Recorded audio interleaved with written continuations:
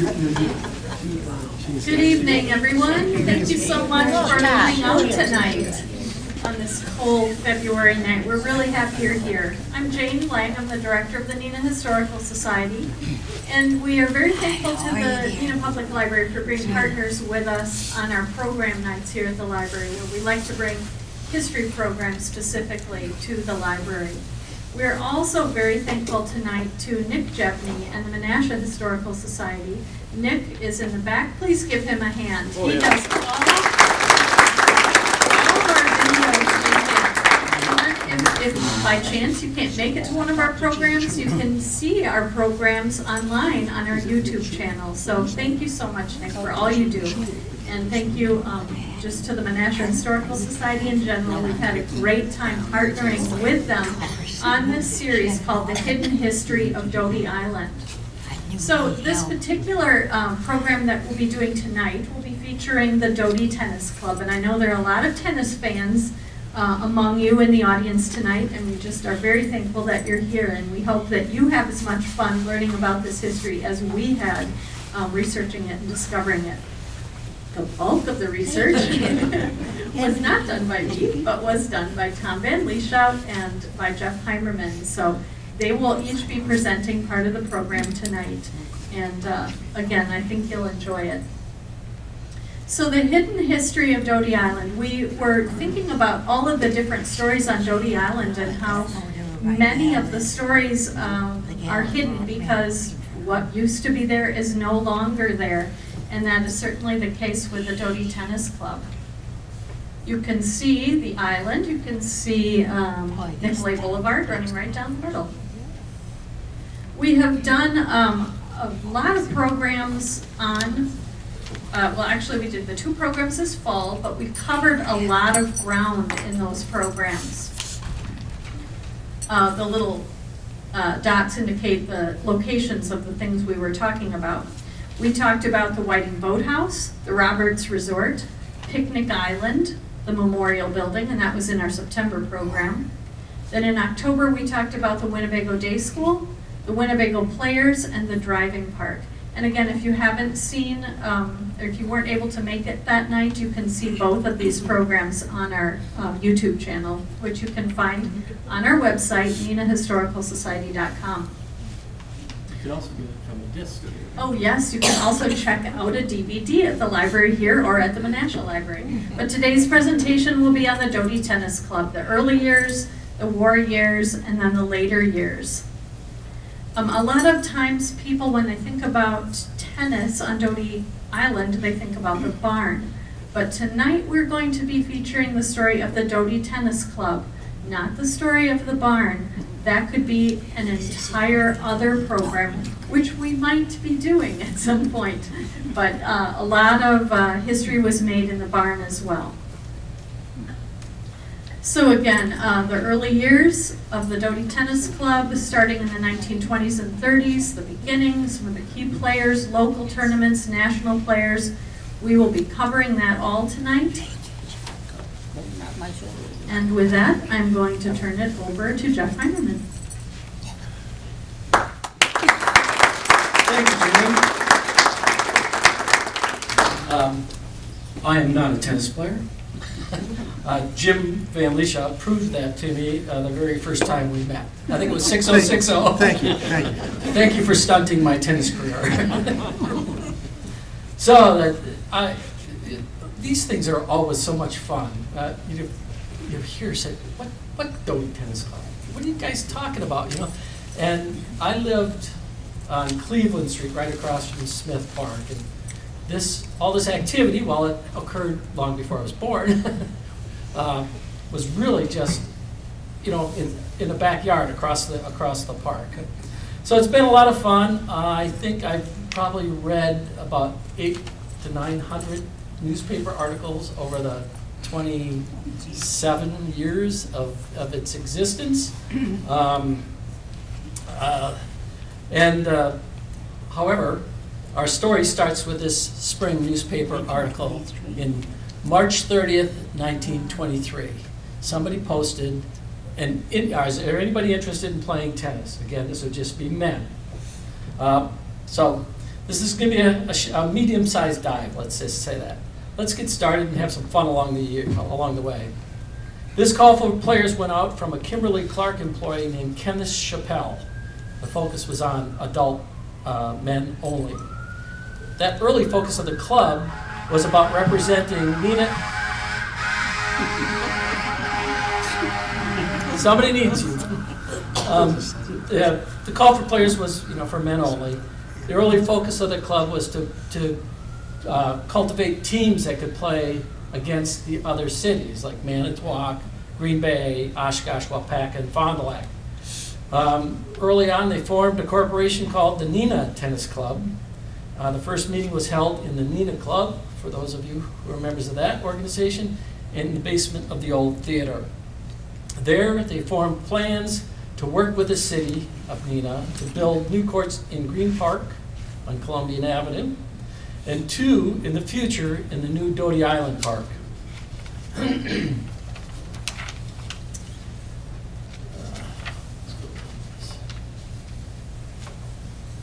So, I need to remember to move the slides. Catch me if I don't do that, by the way, because I'm notorious for talking and not paying attention.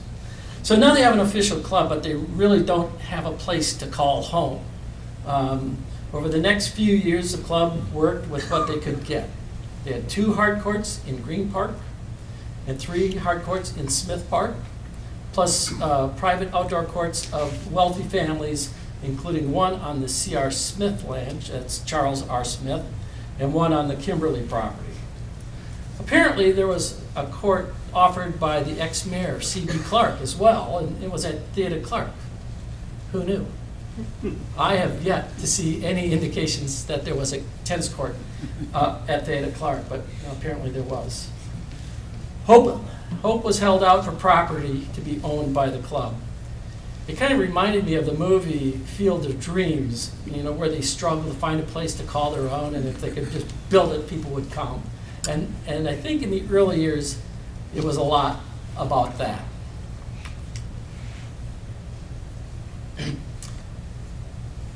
See, I already missed it.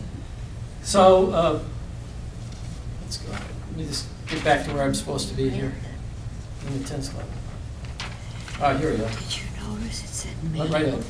So, club membership was good. This is at the kind of the end of the year, but membership drives continued. At the end of the year, meeting in 1924, the club voted on a name change to better reflect the Twin City membership of the club. So in 1925, the Neenah Tennis Club became the Doty Tennis Club and was again incorporated with new officers.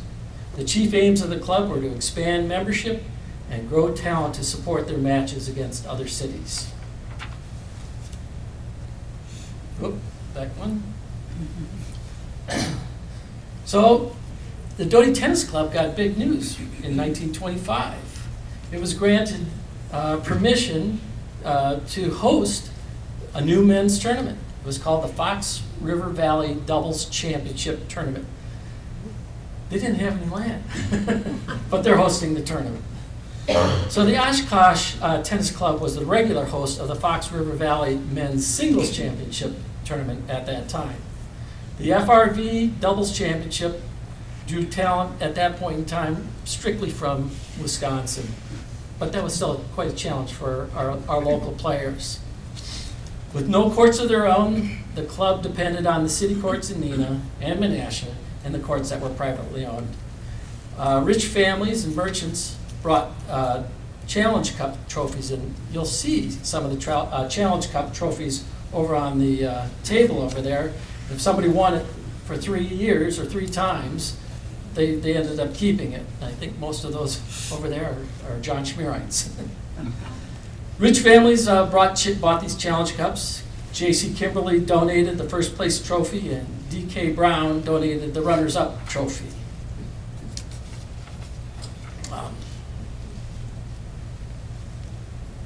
I'm like 1 page behind somehow on all this. Here we go. 1925, and I'm not going to go year by year, just to soothe your concerns. Tournament matches were played in Green Park. The courts at Doty Park weren't ready yet, so they couldn't be used for that, supporting that tournament. They had the Kimberly and the Smith courts, and then they had the courts in Smith Park. Their headquarters for that tournament was at St. Thomas Guild Hall across from St. Pat's. And, so it was like nowhere close to any of the courts, and somehow they pulled it off. Players as far as Milwaukee, Green Bay, Manitowoc, and Fond du Lac, Eau Claire, and River Falls attended. And some of these stars have won significant regional tournaments in bigger venues. So the first annual Fox River Valley Tennis Doubles was won by two gentlemen named George Laborde and Bob McMillan. And the reason I'm pointing this out, because there are a lot of tournaments that were going on, in-club tournaments, out-of-club tournaments, intercity play, was that these two gentlemen would eventually play more significant roles in the formation and running of the Doty Tennis Club.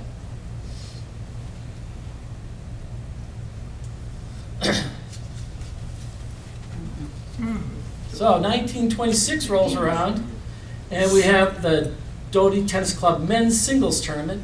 A gentleman named Arthur Parker beat Gilbert Kruger 6-3, 6-3. The club hosted the second annual Fox River Valley doubles tournament, and McMillan and Laborde were there to defend their title.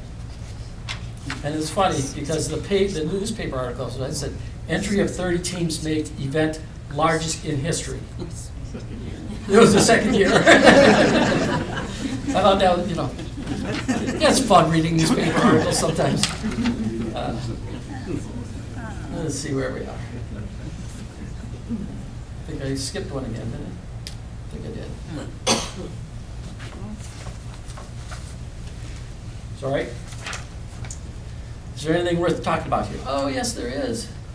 1926. In the summer of 1926, two gentlemen we know, Maury and Carlton Smith, donated a plot of land that was previously owned by O.P. Clinton, and that property was situated between Park Street and Winnebago Avenue on the Menasha side of Doty Island. So I believe, I haven't been able to prove it yet, that Elijah Smith and or the Menasha Woodenware Company at one time owned all the land between the Park Street, Winnebago Avenue, Kai's, and Park. And there's just too many cronies of Elijah Smith's that ended up living very close to him. So anyway, the deed for the Clinton property was presented to the club by the Smith brothers.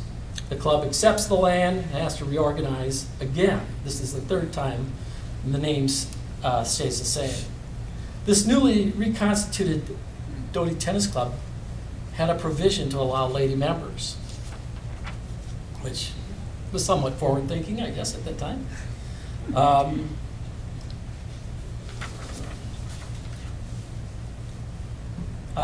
So Maury and Smith donate the land suitable for the courts and the parking lot, right? And then they go out and they get their sister, Sylvia Smith Shepard, and their aunt, Jane Smith Haskins, to give the money to construct the cement courts. And the club was very excited about the donations. You see this article, tennis game to flourish through gifts. And it really was. If we build this, they'll come, and the club will get bigger. And it looks like it's becoming a reality. So 1926 goes on. They were scheduled to host the Fox River Valley doubles tournament again, but this time it was going to be in September. And this is all starting to occur in July. So at the end of July, it helps to be on the same page. There we go. Two tennis courts. I did that all right. I got to go again. There we go. At the end of July, the Doty Tennis Club was able to sell 246 shares of stock. And that was enough to build 4 doubles courts and build a parking lot on Winnebago Avenue. Frank A. Kazel Construction Company of Menasha was awarded those contracts. The club planned to put the courts in playing condition for the FRV doubles tournament that September, but the rain interfered.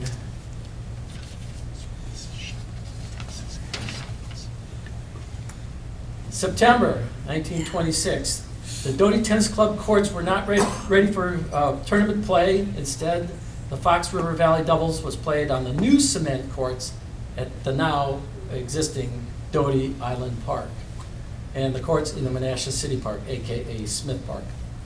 To this point in time, no local duo made it past the second round of any tournament. So, yep, thank you. 1926. Oh, let's see. Yeah. All right, here we go. Doty tennis courts were not ready. I just said that. Blah blah blah. Godfredsons were two twins out of Green Bay who were a real powerhouse at the time. That's that. So in September 1926, the Doty Tennis Club hosts a Twin City Championship, both singles and doubles. New slide. Slide. Thank you. I knew I needed a slide mover to keep up. There seems to have been an exuberance that the club now has its own real estate and is ready to host greater tournaments. After the Fox River Valley doubles tournament closed, the Doty Tennis Club hosted an internal conference or a tournament called the Twin City Championships on the new Doty Club courts. The club had challenged all Twin City comers to a men's singles tournament, and likely that was also a significant recruitment campaign. So, where's my one chance to get to use the laser? And so I got the northwest corner of Doty Island, or northeast corner, sorry. Hopefully you guys recognize that thing. That is the Smith Park. It's got the new tennis courts with lights. It's got the memorial building right there and another singles court right there.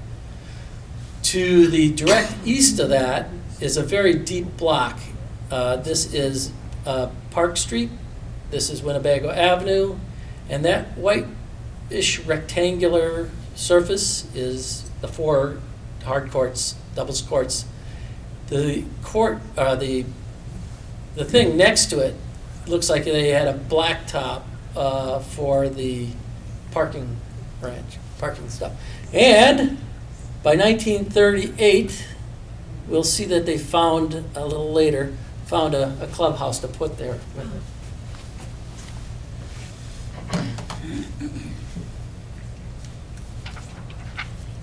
Find your house. Yes. Oh, it might be. There's mine. Yeah. All right. Blah, blah, blah. Did that one already. Sorry, guys. Yeah, here we go. Now I'll move it. There we go. Sorry, I apologize. So one of the things that I've done for this, and I apologize for, it seems like I'm ill prepared, but these are some of the early club members between like 1923 and 1930 that were at least 4 out of those 6 or 7 years part of the club. So over on the wall over there, this is mainly an advertisement.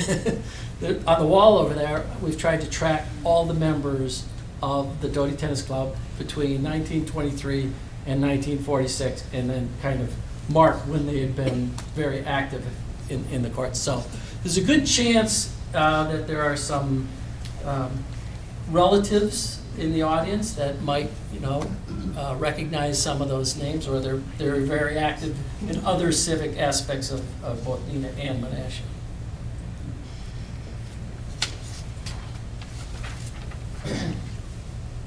So the Doty Club continues recruiting, and they're recognizing that they need to entice women and boys and girls to join the club and cultivate their talent.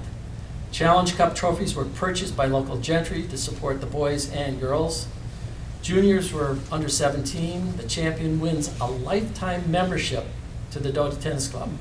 The next 6 competitors got a 1-year membership. And Helen Kimberly Stewart donates the Challenge Cup for the top female junior.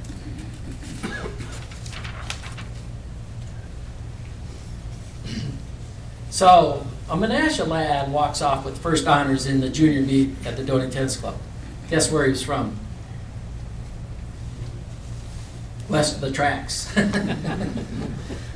Guess what he won? A lifetime membership to the Doty Tennis Club. What a great thing to happen, right? So Maury and Carlton Smith had an indoor tennis court built on their father's property in 1927. This was 11 years after Charles Smith's death. By January of 1928, it was ready for use. One of the things that was used for was a meeting of the 1928 meeting of the Wisconsin Tennis Association was held in Neenah, probably at the Valley Inn, and the upcoming season was planned, and it was also fun for a tournament to be held. So the participants included Harold Amos out of Milwaukee, Louis Reichel, I think is how you pronounce it, out of Milwaukee, one of the Gottfriedson twins, Bob McMillan, Billy Schomer out of Milwaukee, and Carlton and Maury Smith. Some of the best talent in Wisconsin at that time. So it looks like they had a fun tournament. But note that the barn is a relatively minor role in the lifetime of the Doty Tennis Club. Here was another little twist. Okay.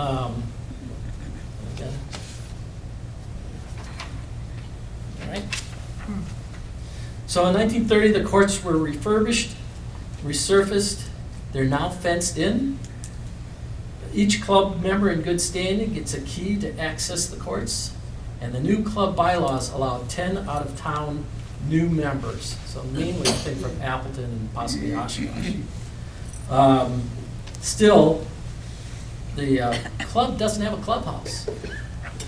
New tournaments were added to the whole season. Singles tournament was held in June. Richard Kelly won, beating Clarence Vetter. 4th annual Smith doubles. Billy Strange and Richard Kelly won versus Robert Brown and Harry Williams, veterans of the club from the early days. I guess the young bucks were starting to be the new stars in town at that point in time.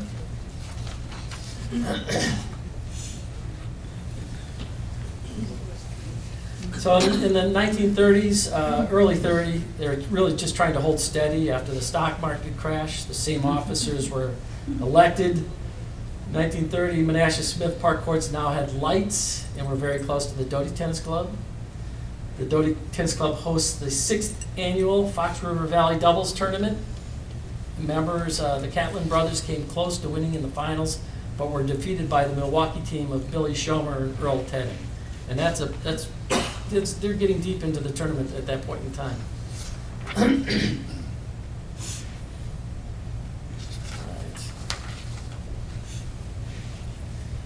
After all, this club is all about tennis, isn't it? So ladder tournaments continue internal to the club. Local talent against local talent to distinguish rank order. Paul Strange wins the Doty singles tournament over Richard Kelly, and Richard Kelly and Clarence Vetter win the doubles tournament over Arthur Parker and Kenneth Chappelle.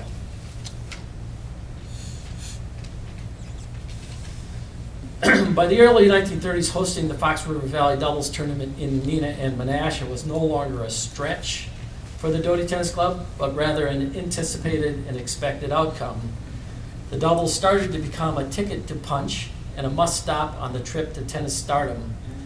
A July 1930 Post-Crescent article stated, "It is recognized as one of the outstanding meets of the season, and accordingly, the entry list has many of the best-known players." The 7th annual tourney attracted teams from Wisconsin and Illinois, and it turned out to be an all-Chicago final. However, the club is starting to see players of its own, marching deeper into the semifinal rounds.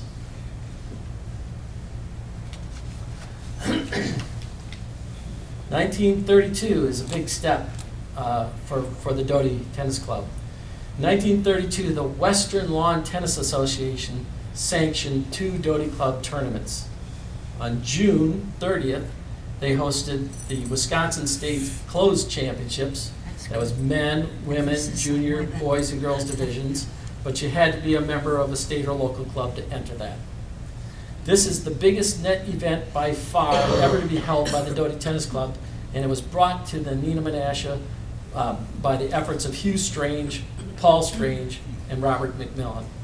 9 events were staged. The Twin City News Record of 32 said that the cream of Wisconsin tennis players will be attracted to this tournament is seen already in the early entries. In August of 6th and 7th, the Doty Tennis Club hosts the 8th annual Fox River Valley Doubles. It also undertook a membership drive with special emphasis on women, girls, and junior men.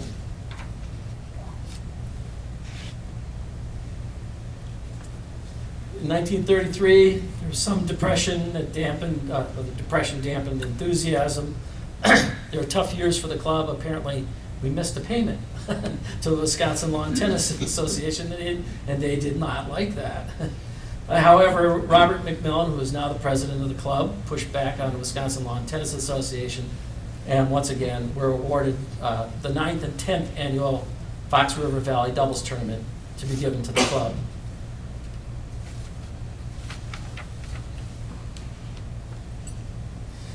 In 1935, we've got the officers Oliver Thompson, Hugh Strange Jr., Elmer Gallnow, and Richard Kelly. Besides hosting these Fox River Valley Doubles tournaments, the Doty Tennis Club has now been asked to host the Fox River Valley Singles Tournament. These are the tournaments that these tournaments are now combined, and the singles used to be hosted by Oshkosh. For really the first time, the tournament start to draw from a field of up-and-coming tennis stars from all over the U.S. Nationally known players, many of whom are continuously in the spotlight. We have, in this particular one, you can see Chet Murphy of Chicago beat Don Levins of Milwaukee in the singles, and then Chet and his brother cleaned up against Don Levins and Milton Rule out of Milwaukee in the doubles. 1936, this is the first time that the Doty Tennis Club singles and doubles tournaments are starting to attract national ranked players. 38 teams entered into the 1936 tournament. And by the way, these are also the earliest pictures that I've seen of this action sport associated with the Doty Tennis Club. It shows Bob Shannon, who was a former Lawrence University netter, and on the right is a guy from Milwaukee named Marvin Walkman. He is one of the ranking state players at that time. Of note, this is the first time that Hugh, or well known as Fooey Strange, John Strange's son, is elected as an officer of the Doty Tennis Club. He'll be a major force in recruiting talent to the club. And finally, in 1936, the Neenah Women's Tennis Club decides to affiliate with those bad boys of the Doty Tennis Club.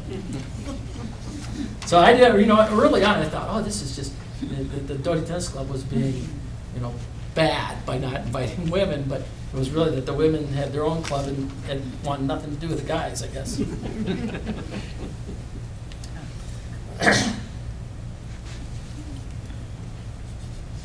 All right, I'm getting close to the end of mine, so be thankful. So 1936 Fox River Valley singles and doubles. We have Chet Murphy win the championship 2 years in a row. This year they beat Art Hendricks out of the University of Miami and Milton Rule out of Milwaukee. And then Art Hendricks, University of Miami, beat Frank Stewart of UCLA in 4 sets for the singles trophy. We're starting to see real talent come from all over the U.S. This year we also see that Mabel and Eva Jensen win the first annual women's doubles tournament of the Doty Tennis Club. They defeated Miss Helen Graff and Miss Jeanette Bilo in the finals. They were Girl Scout leaders. Yeah. And again, finally, we see pictures of some of the members who led the Doty Tennis Club. And here they are in 1937. We see on the left, Oliver Thompson accepted the vice president position. Helen Graff became the secretary. Dorothy Christensen voted treasurer, and Hugh Strange voted president.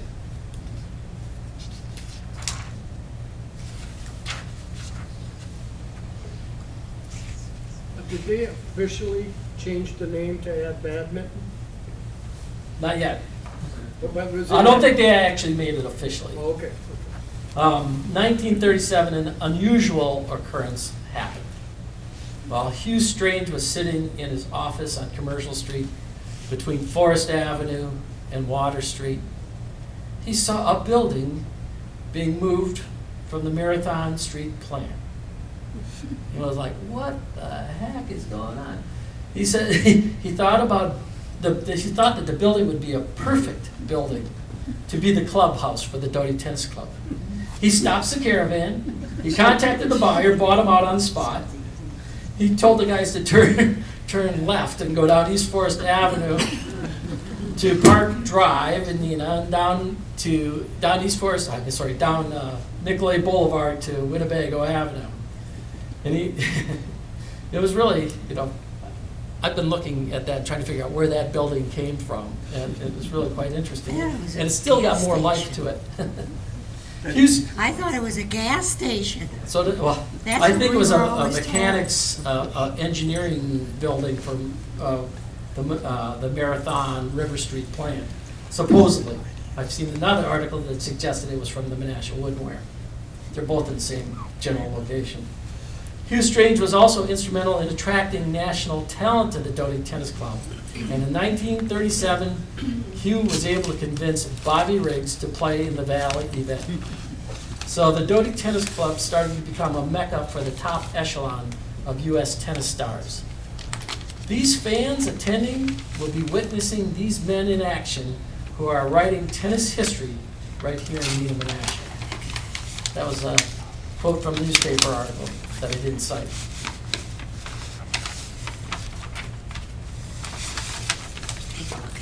So here we have the 14th annual Fox River Valley Singles and now Doubles Tournament, 1937. Tournament attracted a number of ranked stars from around the country. In 1937, Bobby Riggs, who's from California on the left, wins the singles tournament over Elwood Cook from Oregon. Elwood Cook and Martin Buxby, both in the picture on the right, win a grueling match over Jack Hall and Jack Niemeyer, both of USC, for the doubles title. Why are these people coming here? Because they built it, and now they're coming. The other thing that happened in 38, it was a kickoff of exhibitions and lectures. So all these stars had a lot of magnetism, and the Doty Tennis Club took advantage of that. The exhibition play became a new form of entertainment and broadened the recruitment and spectatorship. Tennis stars who came to town on lecture service. Remember that these tennis stars were, for the most part, amateurs who needed to earn a living. This picture is from the Lawrence University Gymnasium, and that's Alexander Gymnasium.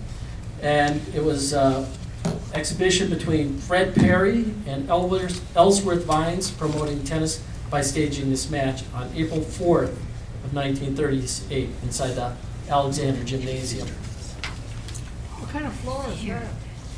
I think it was wood. It was wood floor. These were exhibitions. They were. So another new thing occurs now. The Neenah Daily News Times sponsors a boys and juniors tournaments. 31 boys and 18 juniors participated. Bill Strange won the juniors from beating Harold Bunker. Harold Dykoff, I'm not sure, is it Dykoff? Won the boys division beating Clifford Bunker. So Bill Strange is already a member of the Wisconsin Davis Cup team at that point in time. But as runners-up, Harold Bunker will compete in the Western Championships at Delafield, and both of these guys will get training from 2 weeks of training for that from George Laborde, the club pro. 1938, Fox River Valley Singles and Doubles, July 4th through 11th. What a time that must have been. 51 tennis stars are entered into this tournament. They included the world's number 2, number Jeff? 3. Here's the program. All right, great. Yeah, and there's some on the boards over there. So thank you to the tennis stars that were actually a part of those meets for providing us with some of the brochures that are over there. Many of these stars, this is really cool part, right? So many of these stars were housed by local families, and including the Bevers, and I think the Falveys as well, right? The Hills, I should say. So no champion has ever repeated as champion of the singles tournament, but in 1938, Bobby Riggs did that, just that, beating Ernie Sutter. And the next thing, we have a picture on the left-hand side is Bobby Riggs retains his news on the tournament I just was talking about. He retains the Fox River Valley tennis title, and then on the top right-hand side we have, I think his name is Dr. Canavan, Bobby Riggs, Ernie Sutter, and Sam Cook in the background there. It's great seeing these pictures because it gives some real tangible life to these.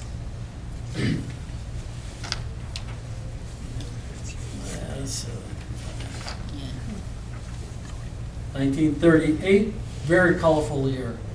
2 Neenah boys are given state rankings. Jack Draheim and Bill Strange were given the rankings at that point in time.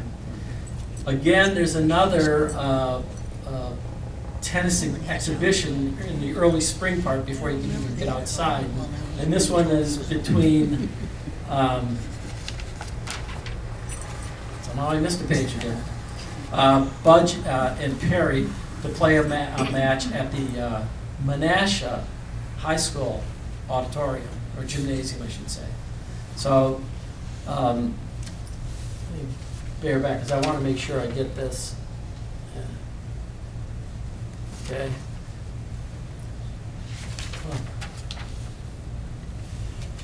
Oh, no.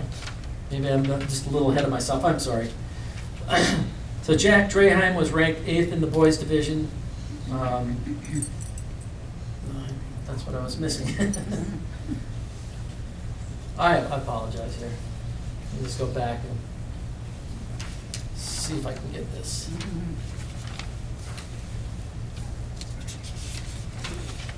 Here we go. Here we go. Out of order. So Don Budge replaces Tilden as the greatest tennis player who ever lived. This is a quote. So says Ellsworth Vines after an exhibition at the Menasha gym. This is the era where the club worked very hard to get members rubbing elbows with the world's tennis stars and inviting the stars to support high school and college lectures, dinners, etc. So the Doty Tennis Club invited 38 Menasha high school students to attend a dinner at the Valley Inn where Budge, Perry, and the other stars will speak. Then they're also invited to the exhibition. In 1939, the FRV singles was won by Hal Surface, upsetting Ernie Sutter. Bobby Riggs wasn't there. Bobby Riggs was at Wimbledon that year, and he won 3 titles at Wimbledon. Men's singles, doubles, and mixed doubles. So quite a year away from the Doty Tennis Club. Here we have another picture. This time we have Don Budge and Bobby Riggs. I can point them out if that helps. Don Budge, Bobby Riggs, and this is the Menasha, Neenah High School, Menasha High School, and St. Mary's tennis team members rubbing elbows with the top tennis stars in the U.S. And here we have, and I mentioned this before, I think at least one time with George Laborde, but during these summers, they tended to get pros from the circuits to be pros at the club for those summer series. So Walter Sr. out of San Francisco was hired as the Doty Club Pro for 1939. He was the former Canadian National Championship. He had traveled with the Vines Perry Tour last year and with the Perry Budge Tour in more recent. he decided to develop a well-rounded tournament tennis instruction for the members. So here we get to 40, and this is my last year. Large paying crowds become normal with Doty Tennis Club tournaments. And Riggs was a big draw for both the players and spectators. Bobby Riggs wins the 1940 Fox River Valley singles title. So he won 37, he won in 38, he went to Wimbledon in 39, and came back in 40 to Menasha. This is the third FRV singles title, so he gets to keep the J.C. Kimberly Trophy. I bet he really was concerned about that. Riggs won 3 titles at Wimbledon. I mentioned that before. In his book, I'm going to skip that for right now. Here's some just shots of the crowd where you really start to see a lot of people attended these things, and the only thing I can think is that the new coach, the new head of the Doty Tennis Club, was Adrienne Batelli, and she was a professor at Lawrence University and the first woman coach of a men's college tennis team. So I think we were getting the Lawrence University athletic field bleachers to support the crowds at these events. Bobby Riggs, in his 1949 book, Tennis is My Racket, he didn't really say it's the hotbed of tennis. What he did say, it's the hotbed of tennis enthusiasm. So, still a great compliment to the beautiful towns of Neenah and Menasha. He said, here's his quote. I played in the Fox River Valley Doubles Championships. The Twin Cities is a hotbed of tennis enthusiasm.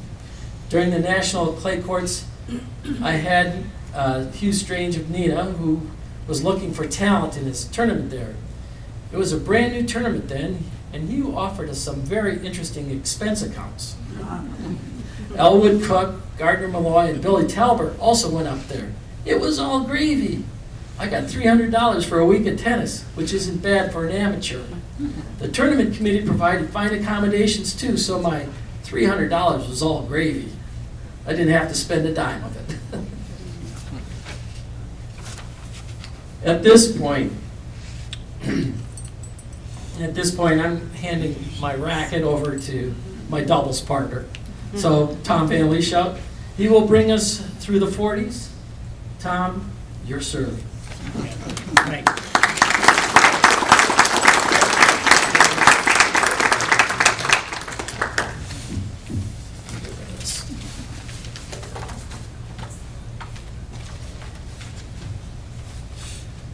Thank you. Thanks, Jeff.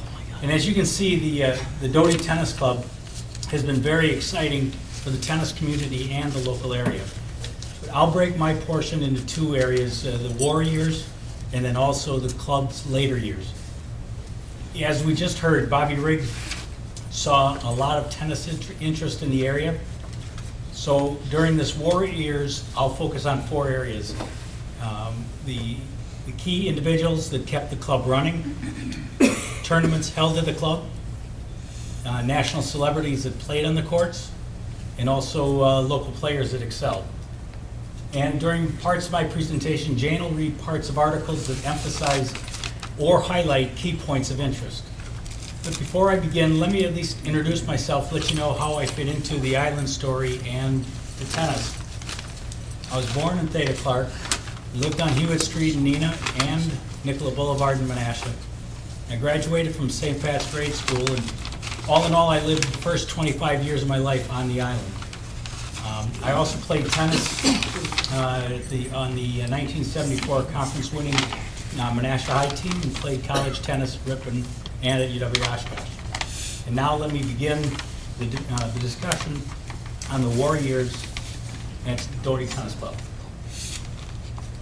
World events, namely World War II, will soon affect the state and national tennis programs as well as our local club. Throughout this presentation, you're going to see how World War II has impacted our little community and the tennis world around us. Last October's Hidden History presentation on the Winnebago players it was discussed how their efforts were cut short because of war call-ups. This was also happening to many community programs, including the Doty Tennis Club. Many other supporters of the tennis club are being stretched by hometown needs. Not only were the world events playing a role in the 40s, so will the economics of business. Doty Tennis Club was running into several situations that threatened its long-term existence, not only affected by the war, but the need to upkeep the courts and the clubhouse were cause of concerns. Also, financial deficits created an immediate cash need. Several leaders in our community stepped up big time to keep the club functioning.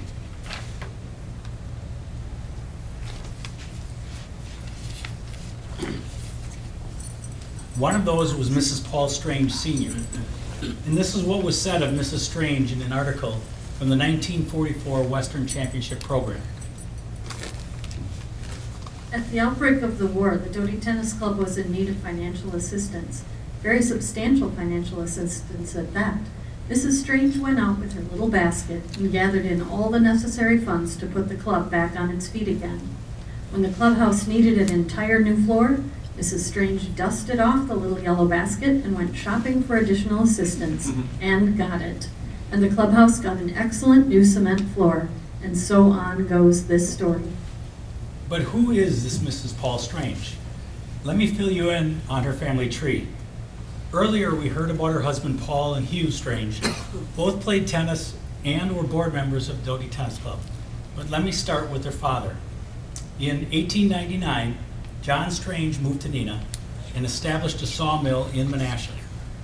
He was elected the 21st Lieutenant Governor of Wisconsin in 1908. John was president of John Strange Paper Company and John Strange Pail Company, and he and his wife Mary had two daughters, Kathy and Ethel, and two sons, Hugh and John Paul, also known as Paul Sr.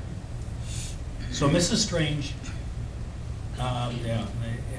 Mrs. Strange is daughter-in-law of John Strange and sister-in-law of Hugh. Mrs. Strange and her husband Paul had two sons, Paul Jr. and Bill. Both of the boys played tennis at the Doty Tennis Club. Bill was a state-ranked player and on the Wisconsin Davis Cup in the late 30s. She felt that her sons had benefited from the club and wanted to make sure the club was available for the youth in the area. The Strange family was very involved in tennis at the time and focused on keeping the club running. As Jeff mentioned, Hugh brought national players and exhibitions to the Valley. He was also a tennis promoter and had all the national contacts. Hugh and his brother, John Paul, were president of Doty Tennis Club in the 30s, and Hugh was the secretary and treasurer. Hugh worked at the John Strange Paper Company, and upon his father's death in 1923, he became the president. He also went overseas during World War II. While there, he played in the USO-sponsored exhibition tournament with pros Don Budge, Alice Marble, and Mary Hardwick. As you can see, the Strange family was extremely involved in the support of tennis in the Neenah Menasha area.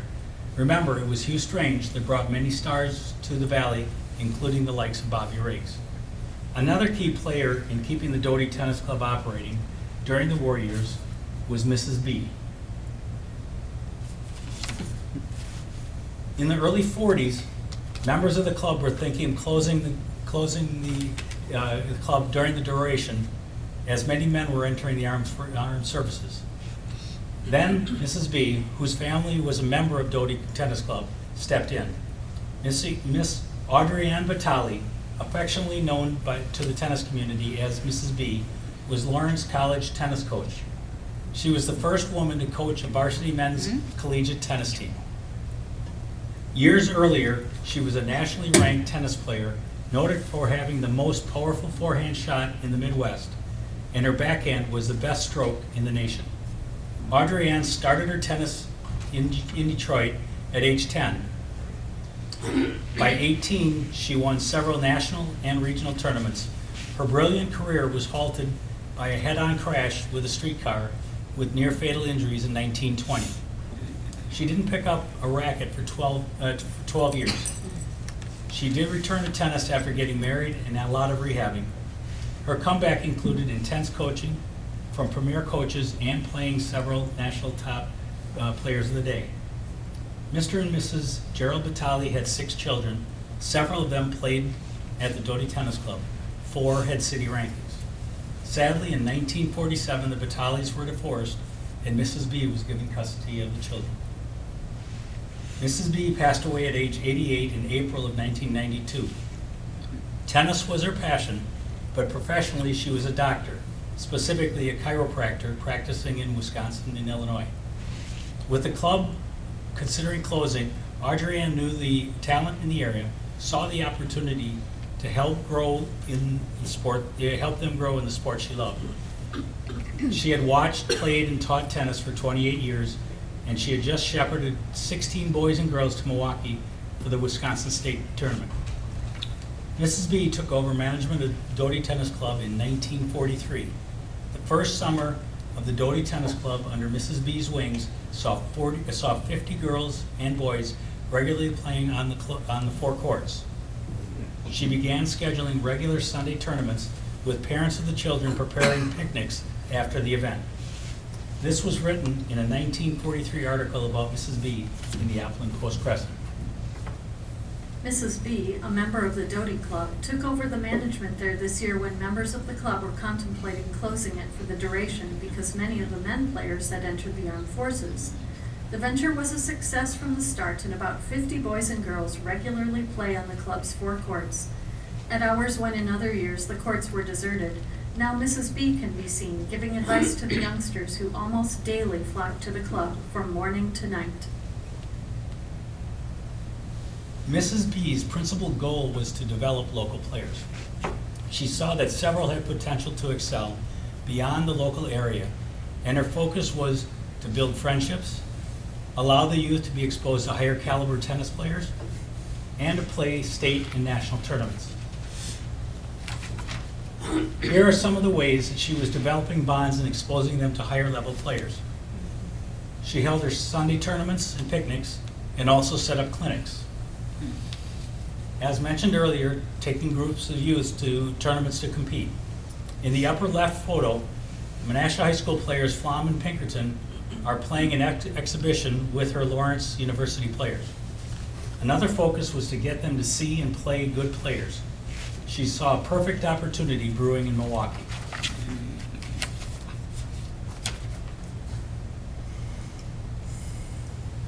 The Wisconsin tennis world was beginning to feel the effects of World War II. In 1943, the Wisconsin State Open Tournament, which is always held in Milwaukee, was to be canceled. Over 50 years of existence, the Milwaukee Town Club sponsored the meet, was having similar manpower issues with war call-ups and could not handle the big tournament. Mrs. B began to lobby for and was awarded the tournament by the Western Lawn Tennis Association. Our little Doty Tennis Club was selected over several other sites. In the 30s, the Doty Tennis Club hosted the Wisconsin State Close, but this would be the first time the Open was not held in Milwaukee. Let me explain a little bit of the difference between the Open and the closed tournament. An Open tournament is open to any national or international tennis player, whereas a closed tournament is closed to any state players only. This week-long Open event included over 200 entrants with 11 different flights. Mrs. B surprised the Wisconsin officials as it was the largest entry in the tournament's 51-year history. Under the supervision of Mrs. B and the efforts of the local community, it was a big success. Here is what was noted in the 1944 Appleton Post-Crescent article. It was the first time in 50 years the State Open was not held in Milwaukee. While many felt she was trying to do the impossible to hold the meet last year with so many of the senior players in service, the written records disclose the fact that Mrs. B has directed one of the most successful State Open tournaments ever held. More than 200 entries and comprising 11 events, it was all conducted smoothly and without hitch on the 4 courts of Doty and right on schedule. Heartened by the success of the state tournament, Mrs. B made a bid to host a prestigious national qualifying tournament. She knew the club could handle it and the community would support it. Mrs. B had learned the Western Adult Championship Tournament was considering being abandoned because of the war. This tournament originally started in 1887, had only been held in the metropolitan areas of Chicago and Detroit. Nationally ranked players and premium college and premier college players participated in the event. It continues to be a valid tournament today, currently being run in Indianapolis. This Western Association meet is a very prestigious affair, ranking second only to the U.S. Open in importance. It's also the nation's oldest tournament. For reference, the Fox River Valley Singles Tournament that Jeff had talked about earlier, won several times by Bobby Riggs, was a local sanctioned tournament. The Wisconsin State Open and Closed were state tournaments. This Western Adult Championship Tournament is a regional, national qualifying tournament, whereas the U.S. Open is a national tournament. Mrs. B applied for the rights to host the Westerns and won over several other cities. From an historical standpoint, Mrs. B became the first woman to direct this event. Our local club was awarded the tournament in 1944, 45, and 46. Programs of these three events are on display over there, so please, after the presentation, take a look at the artifacts that we do have. One of them has signatures of some of the pros. As you can see, over the three tournaments, we had 5 of the top 6 ranked men in the United States. 6 of the top 10 women would come to play on Doty Island. Also, several top college players participated in this event. Overall, over 80 of the top ranked players of the day would play on our courts.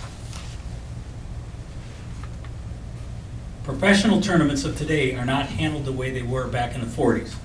Some pros stayed in local hotels, but others were housed by local families and stayed with them during the week.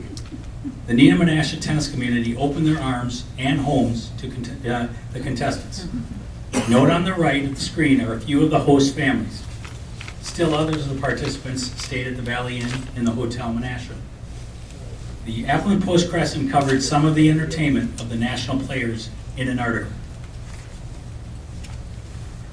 Mr. and Mrs. Frank B. Whiting, 620 East Forest Avenue, Neenah, are entertaining at a large informal party Tuesday night at their boathouse for the tennis stars who have gathered here to compete in the Western Tennis Championships this week at the Doty Tennis Club.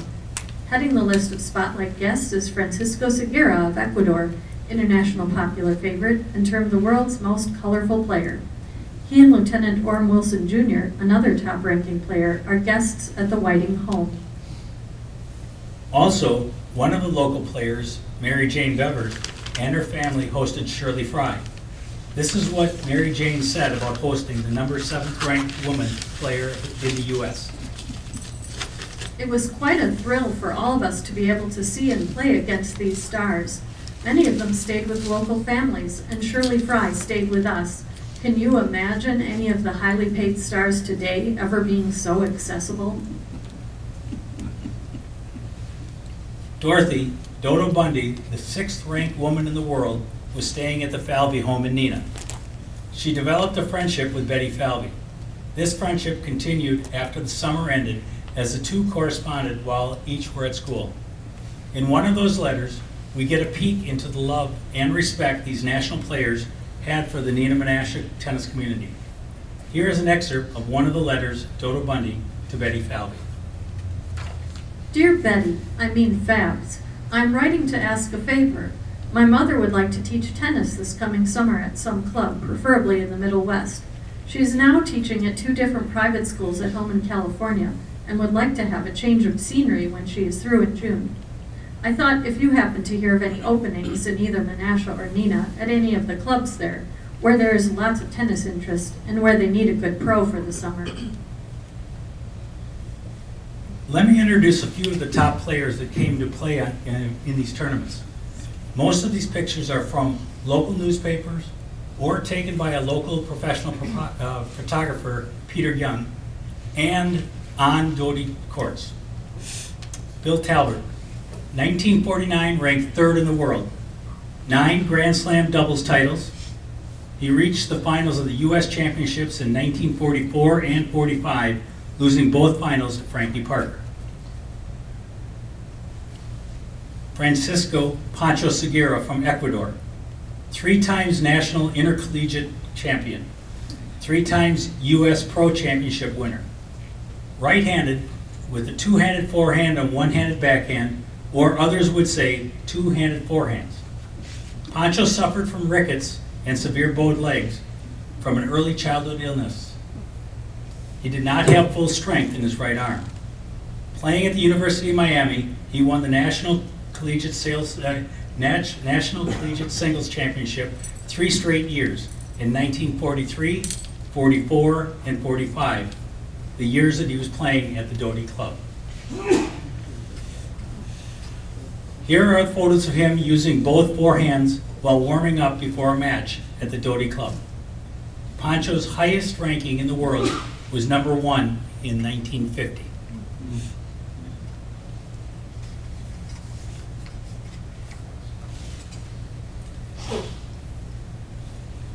Pauline Betts, 3-time U.S. national champion and Wimbledon champion.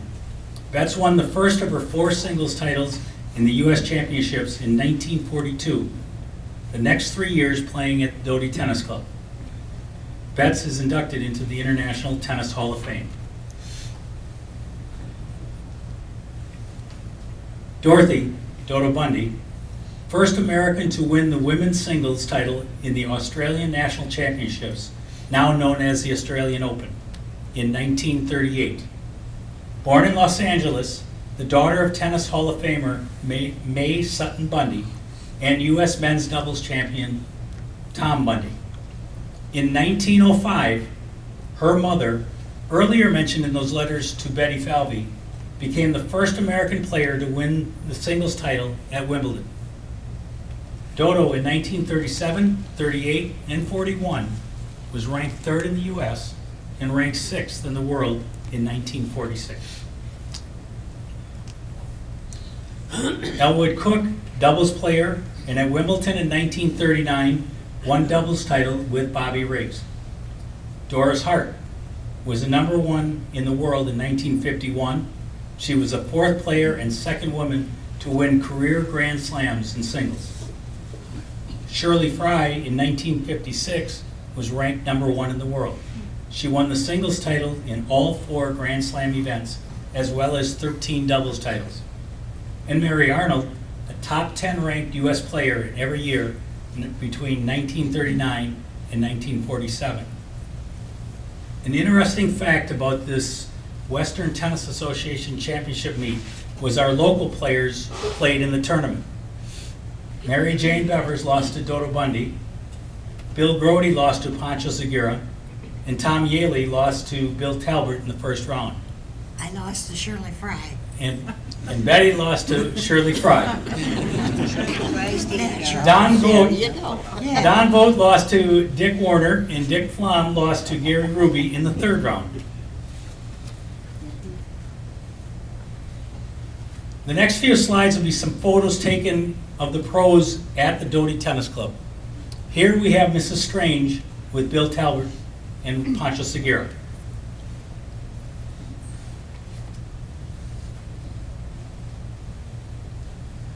And we have Mrs. B with Betts, Segura, Talbot, and Bundy.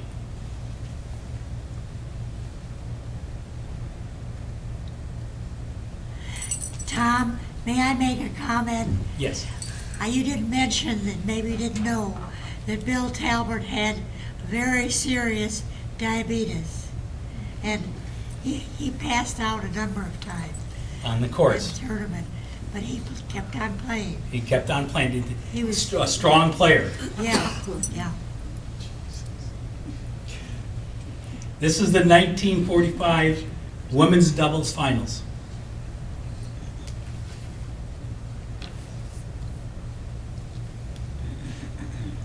And this is the 1945 women's singles finals where Betts beats Arnold.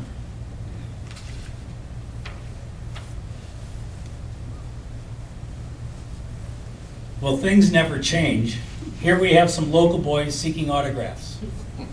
We're unsure of who the tennis player is, however. Do you guys know? Wasn't that Gloria Thompson? Could I think be. it is. Could be Gloria Thompson. She used to sit on Pancho's lap all the time. And Betty said she used to sit on Pancho's lap all the time. Let me discuss some of our homegrown talent now. Remember, Mrs. B's primary objective was to develop local talent. Throughout the 40s, she was able to build an impressive resume of success. Several of our local Neenah and Menasha players, under Mrs. B's guidance, went on to win state championships, state and Western ranked players, and helped the Neenah, Menasha, and St. Mary's High School programs. She also helped them become vested in the club. At the same time, helped them to develop into responsible adults. Here they're raking the grounds and painting the clubhouse. Also, they played a big part in the tournaments to help make them a success. Being line judges, ball boys, and keeping towels and water available to the players were several of many other jobs. Here are a couple of articles on some of the local player successes. Mrs. B's efforts, along with the local high school coaches' guidance, we're beginning to see several area athletes gain recognition. Now let's move to explore some of these local players. First, we'll discuss two who were successful at the state level, but also were able to excel in the Western tournaments to receive Western rankings. Donnie Vogt, state, Western, and national ranking. Ranked in the top 10 of Wisconsin 46 times between 1943 and 96. Ranked number 1 in the Westerns 3 times, and twice ranked in the top 25 nationally.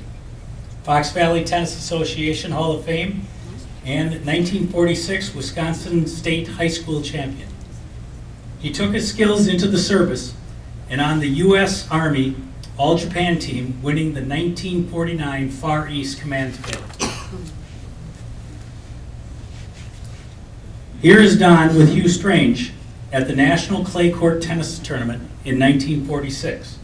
This is the summer after Don graduated from high school and had just won the state championship. This is the same National Clay Court Tournament that Hugh met Bobby Riggs more than a decade earlier.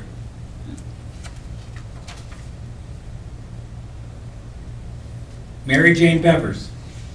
She was the first Fox Valley woman to receive Western ranking in 1945 and 46, ranking 7. Wisconsin State Singles Champion in 1945, Fox Valley Tennis Association Hall of Fame. Twice was Equitable Family Tennis Mother-Daughter Tournament winner in Wisconsin, and Chicago Sectional runner-up in 1981. Don and Mary Jane were highlighted as they excelled outside of the state. However, there were at least 20 players that received state rankings. Later, we'll learn on some of them how they helped compete for their respective high school teams. Here is what Doty Tennis Club's Spotlights of 1944 said of a few of them.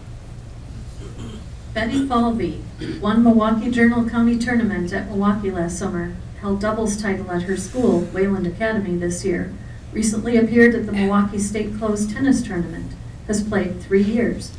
Jack Pinkerton left July 4 for the Army, was a top local player in men's division, having played in tournaments at Menasha High and Milwaukee. Dick Flom, captain of the Lawrence College tennis team, this Winnebago Town and Tennis Club player ranks 19th in the state. Menasha High School. State-ranked players had Frank Heckrod, Bill Grody, Dick Flom, Jack Pinkerton. In 1943 and 44, undefeated, one of the top teams in the state. Bill Grody was #1 player in all 4 years of his high school career, and Dick Flom was #2 player 3 years of his high school career. Coach O.F. Johansson developed the Menasha High School tennis program in the early 30s and was poised to have his best teams. In 1943, Grody and the team won sectionals. Then World War II stepped in. Johansson was drafted and entered military service. The veteran team in 1944 did not skip a beat, however, going undefeated in team matches and recording an individual match record of 47 wins out of 56 matches. To show how strong they were, Grody and Flom met in the finals of sectionals, securing both individual and team sectional titles 2 years in a row. After graduating 80% of this strong team, the Blue Jays passed the baton to the Rockets. But before I move to the Rockets, however, I wanted to show Frank Heck right here to demonstrate how some of the players in our area were not only good tennis players, but also were able to make an impact on the community. Frank was state ranked. He was number 3 on this Menasha team. He went on to play tennis for the Badgers. He was influential in the startup of Presto Products and instrumental in development of the Heckrod Wetlands Reserves.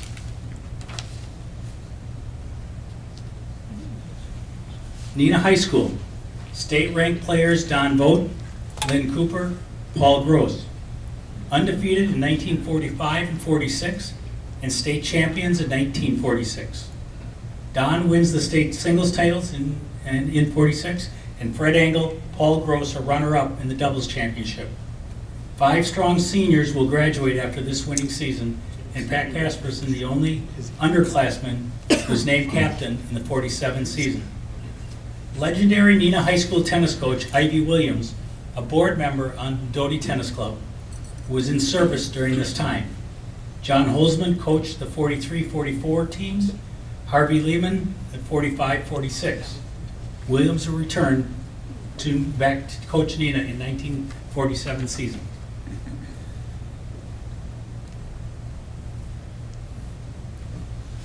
But let me quote Paul Harvey on this slide. And now for the rest of the story. This slide's a portion of the official Wisconsin state records. Notice in red the years Menasha, when they had their strongest years, the war affected the high school tournament. In 1943 and 44, Wisconsin didn't have one. Not only that, the next year, when Neenah won sectionals and went on the way to possible state tournament, the 1945 tournament was canceled due to weather. They did not have the Nielsen indoor tennis complex back then. In the yellow, the 1946 team and individual state winners was Neenah. St. Mary's High School. After Neenah was through with its powerful state winning team, it was now turned for the Zephyrs. With state ranked players Tom Yaley, Jim DeLay, and Jack Boren, and coached by Hugh Strange. Yes, after the war, he continued his focus on helping promote tennis and developing local players. In 1948 and 49, the Zephyrs had a record of winning, record-winning 32 straight dual matches, playing teams from Wisconsin, Virginia, and Pennsylvania. To end the war years of the Doty Tennis Club presentation, remember one of the focuses Mrs. B had when taking on managing the Doty Club. Earlier in the decade, she wanted to develop her players by building friendships. By making tennis fun, she would develop social events. The club would host an annual dress-up tournament with the local tennis players dressing up and playing tennis for the day. It was called the handicap tournament. As you can see, they had to be dressed up and play in costume. This is from a newspaper clipping of the tournament.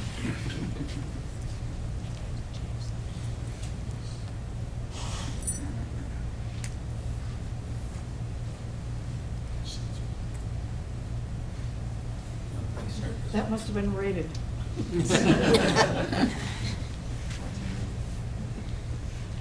Oh.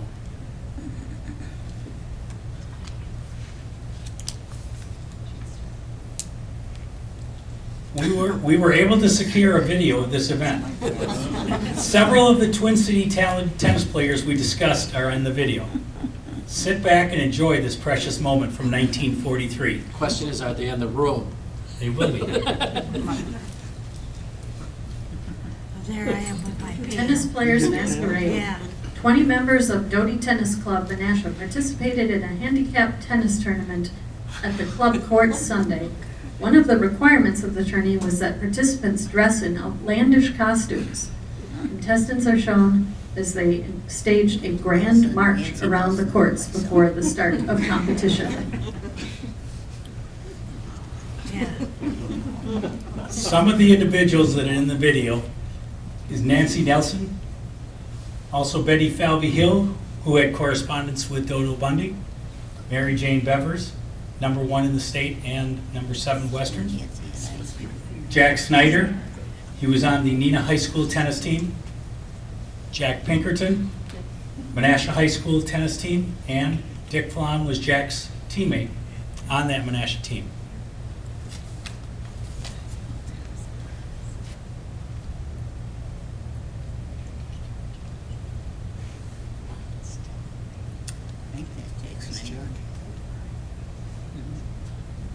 That's Jack Snyder. Yeah, that was Jack Snyder.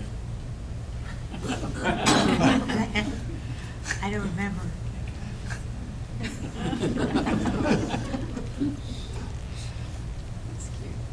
I really do that? They look like Ray Dowling, but I don't think he played. Sue and Betty.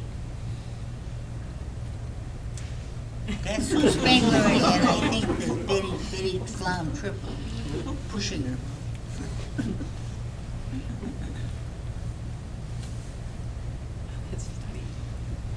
One point that I didn't mention earlier is Mary Jane Bevers is my mother.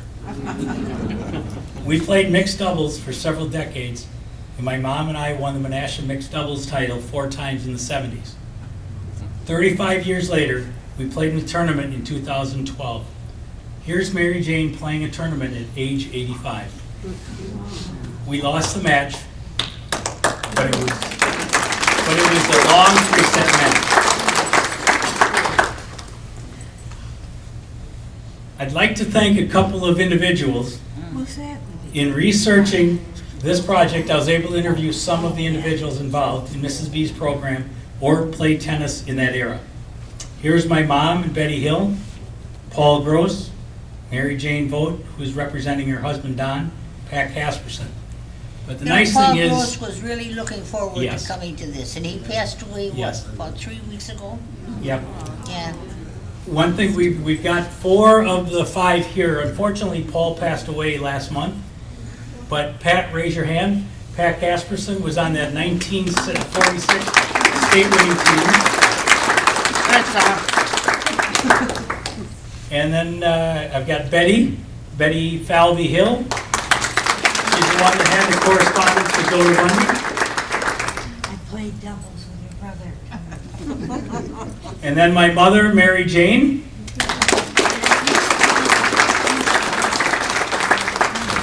And Mary Jane Vogt, representing her husband, Don.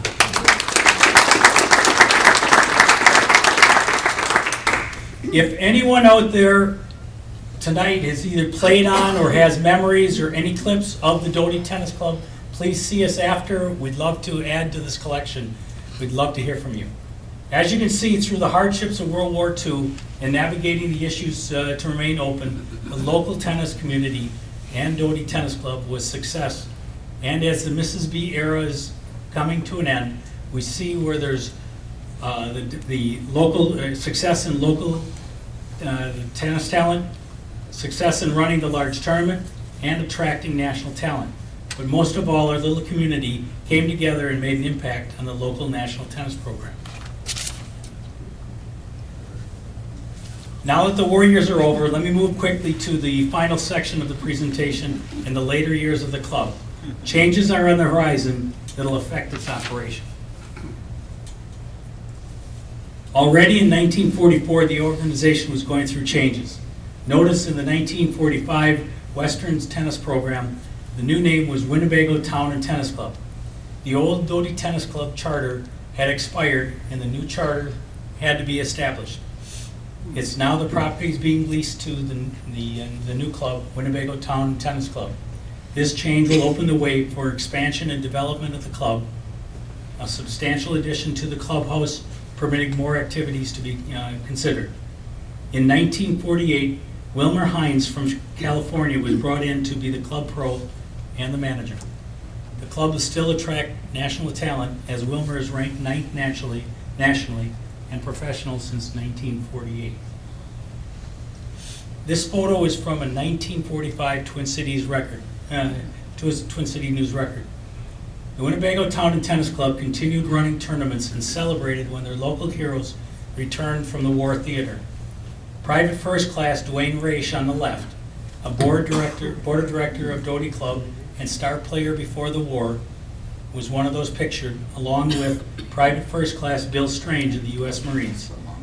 Both Dwayne and Bill were on furlough from the Philippines and able to play in the tournament.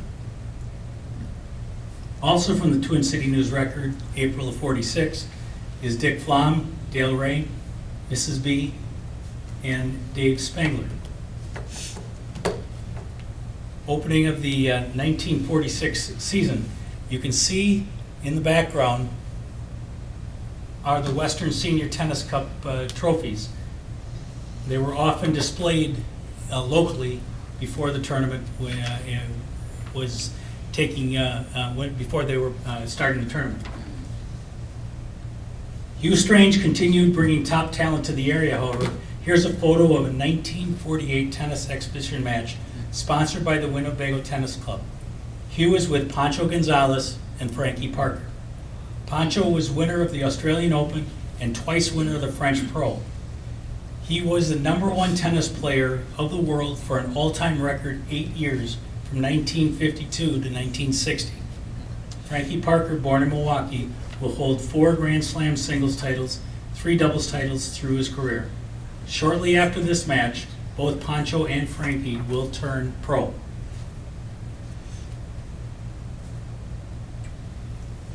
The Winnebago Tennis Club, the Winnebago Town and Tennis Club didn't last long, as the property was then being leased to the city of Menasha. By late '48, the courts were named as club was known as the Bucets Club. This is another club organized by Menasha and Neenah athletes. Bucets is a conjunction of the Blue Jays and the Rockets. The organization focused on redecorating the clubhouse and putting the courts in shape. In 1950, Don Vogt was hired as a director of the club, and tournaments were run for only a few more years. In 1954, the clubhouse was purchased by Anton Bevers. The Bevers made some renovations and turned it into a home for 11 years. Anton Bevers is my mother's cousin. A couple months ago, I was able to talk to my cousin Shelley, who's now in California.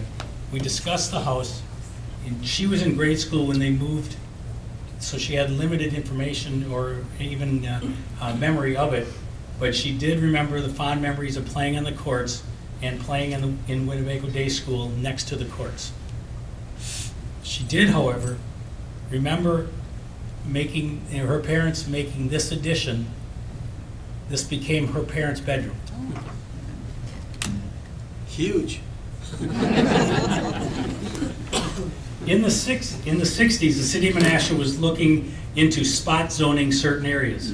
In 1963, a rezoning proposal to turn the single-family property into an apartment building was turned down.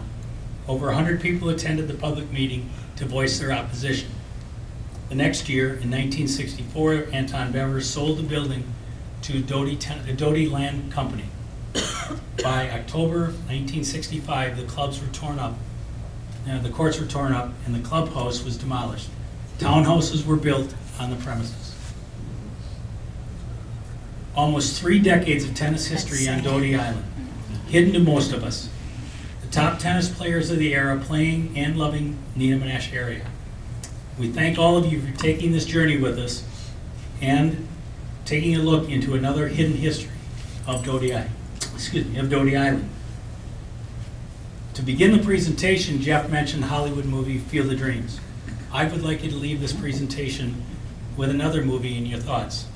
This time, A League of Their Own, and its theme song, as the refrain goes, "This used to be my playground, this used to be my childhood dreams."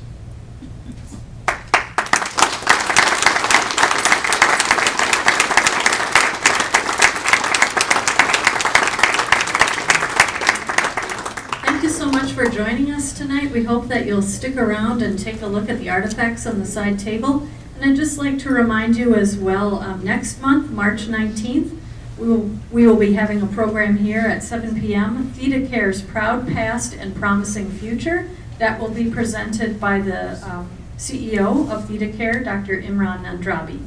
And then on April 16th at 7 p.m., 11 Miles to Oshkosh by Jim Gould. So please join us for that, and thank you for coming tonight.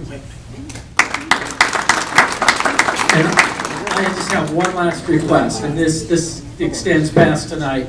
But if you have really cool pictures from the past on any of these topics that we've been doing over time, it really helps out seeing for our own eyes what's going on. So we were fortunate to have quite a few pictures from the Doty Tennis Club. So thank you very much.